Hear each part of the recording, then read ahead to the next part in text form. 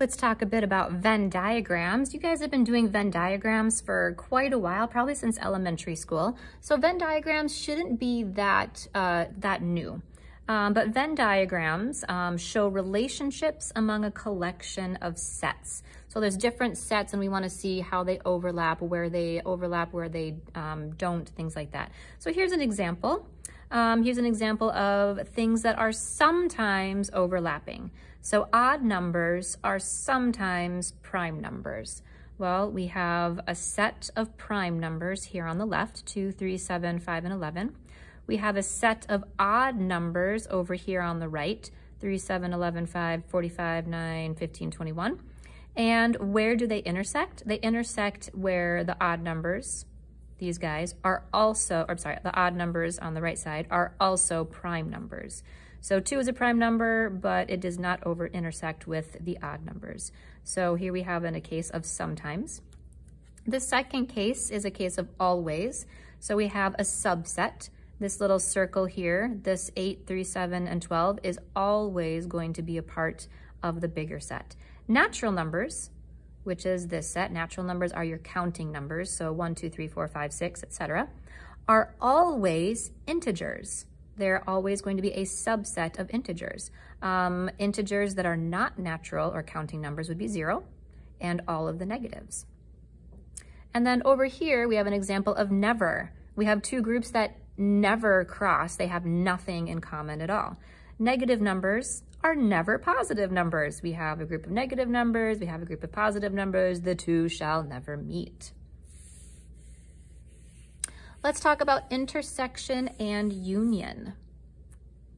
Intersection is basically where two groups of numbers overlap or where they meet or what they have in common.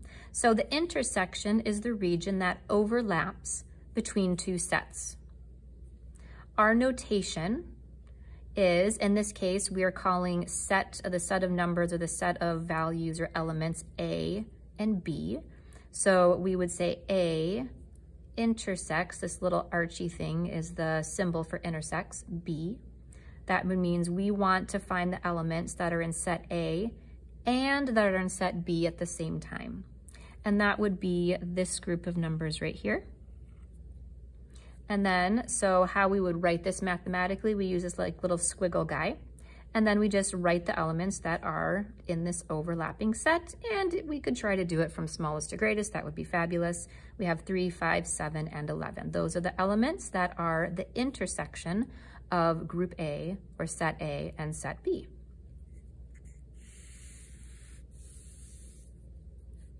Union is the set. The union of two sets is every element in both sets. We consider that OR. So if you want to think of intersection as and union as OR, so any element that's in set A or it's in set B, doesn't matter. Elements are not going to be repeated.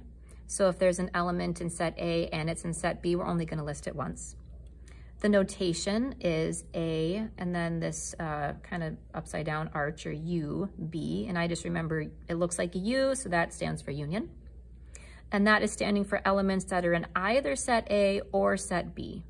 So basically, pretty much every element here, anyway. And so the elements that are listed here, again, we use our little squiggle guys, and then we just list every single element, and I don't list any of them twice. So 2, 3 is in both of them, but I only list it once, 5, 7, 11, and then I list these other guys that were not in here, and I didn't quite put them in order, but I'm gonna be okay with that. 9, 15, 21, and 45. So that is Venn diagrams, intersection, and union, or. Let's turn the page for our other example. Here we go. In diagram 1, we're gonna shade the intersection of set A and B. And that means elements that appear in set A and in set B. And I don't even care about set C in this particular case. So here's diagram 1. Well, here's set A and here's set B. And this section right here would be the intersection of set A and set B. And then set C in this case is just along for the ride. In diagram 2, we want to shade the union of set A and set C. Again, don't really care about set B. We want elements that are in set A or set C. So that means every element that happens to be in A, which, you know, aren't listed for this case, but that's all right. And we want every element that is in set C, noticing that some of them are going to be listed twice, but that's right. So union is going to have a lot more elements than intersection.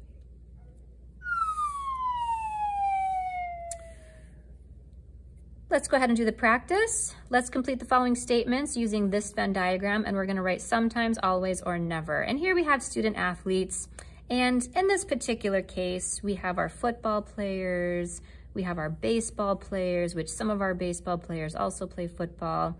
We have soccer players, which some of our soccer players also play football. Notice our track players, our track runners, are always going to be the football players for some reason. I don't know why.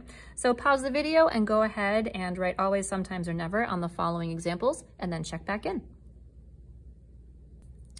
Here we go. Track athletes are always football players because track is a subset of the football set. Soccer players are never baseball players. Soccer players and baseball players never overlap or intersect at all.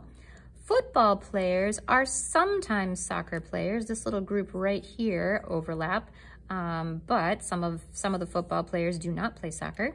And football players are sometimes track athletes. This one can sometimes be confusing. Track is a subset of football, but football is not a subset of track. There's, you know, a little football player guy over here that plays football, but obviously does not play track. So those don't always go back and forth. So there we have Venn diagrams.